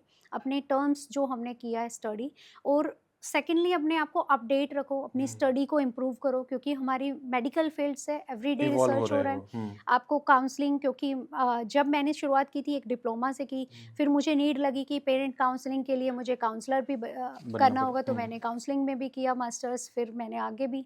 तो आपकी स्टडी होगी, आपके पास नॉलेज होगी, तो आप देन इम्प्लीमेंट कर पाएंगे। Yes. Thanks, ma'am. Okay, viewers, with that we come to a conclusion to our today's podcast. We could have continued for another 1 hour or so, but time doesn't permit us that. I hope आप लोग को ये podcast काफ़ी पसंद आया होगा, and from my bottom of my heart I would like to thank Monica ma'am, because it's very difficult to share your story with the larger people, and I would encourage other parents also, if you have such story to share which can be beneficial for the larger mass, you can please approach her, and we would be glad to host you here in our podcast. And thanks, Anju ma'am, for sharing your thoughts. And Thank you, sir. on behalf of Special Stories team, thanks to both of you, ma'am. Thank you. Thank you. Viewers, if you want to reach out to either Monica ma'am or Anju ma'am, you can find their contact details in the comment section alongside this video, and they'll be more than happy to assist you. She will be happy to assist you professionally, Yes, sure. and on whatever she has learned, Monica ma'am will be more than happy to assist you with her learnings. With that, that will be all from my end and from my team's end today. But before we end, a humble request to all of you: please subscribe to our channel, because this is going to be helpful to all the people, and keep sharing that with whatever community you're part of, because the messaging is very important, the awareness is very important. That is the whole objective of why we exist today. So thanks, and very soon you will hear from us with our next podcast on yet another interesting topic. Till then, be safe, be happy, and namaskar. Thank you.